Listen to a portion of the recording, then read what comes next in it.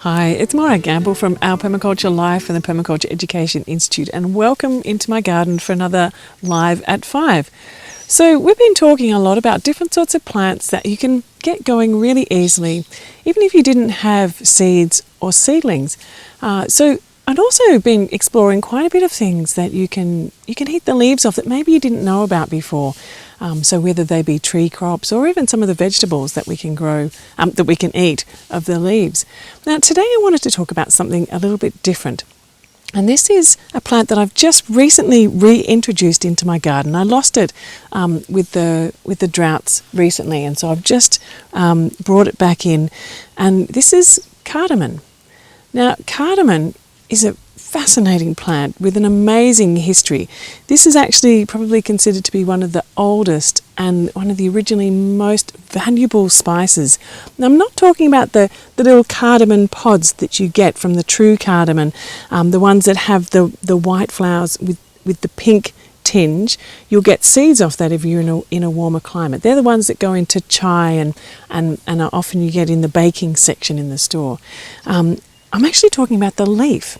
So it's the leaf of this plant that is absolutely amazing, and you can use it in all sorts of things. So you can come and just take leaves off it like that and add that into your rice, a stew, a curry. You can dry it and grind it and add it into baking. You can pop it into teas and coffees, and it's like an amazing kind of cinnamony type woody aroma that is just so appealing, and it's very popular throughout Scandinavia. Apparently the Vikings took it back to Scandinavia a very, very long time ago, and so cardamom is, you see in lots of the different cooking in Scandinavia. But it was also used by the ancient Egyptians. They used it for their embalming and also medicine, and the ancient Romans and Greeks used it as well as a perfume because it just has such a beautiful scent. But it has medicinal qualities, and of course it's a spice. So I think it's an amazing thing to be able to grow spices in your garden simply. I mean, really, all you need to do with this is to grab a little section. I'm not going to dig this one up today because it's only just gone in, but you can just dig up a little section of the root or divide this plant and get a little shoot, and then you can spread that around. And this plant will last here for 10, 15 years in this one spot, and in that time I can be consistently taking little sections of it, giving it away, moving it somewhere else. And so if you have a false cardamom, which is the one that has the white flowers with the yellow tips, you can still use it. That's absolutely fine. You just won't ever get the seeds off it. So I really encourage you to explore this whole world of cardamom leaf spice, and to see how possibly you might be able to incorporate it into your garden and into your cooking.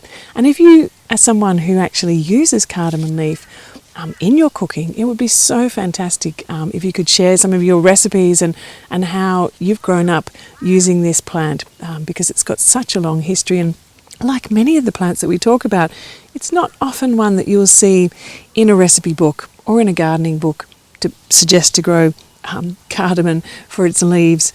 So anyway, I hope that's been useful and expanded another possibility for you to grow a very easy to grow, low maintenance, long-lived plant in your garden that will really add to your kitchen table and to your cuisine.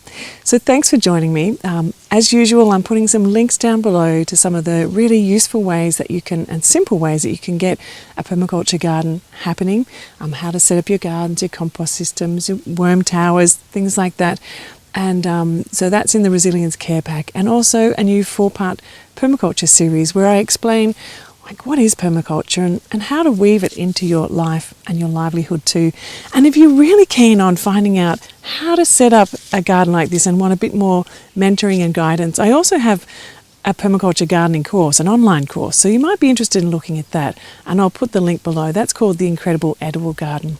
All right, well, thanks for joining me. Come back again tomorrow at 5 and we'll explore another plant. Okay, stay safe, take care, bye.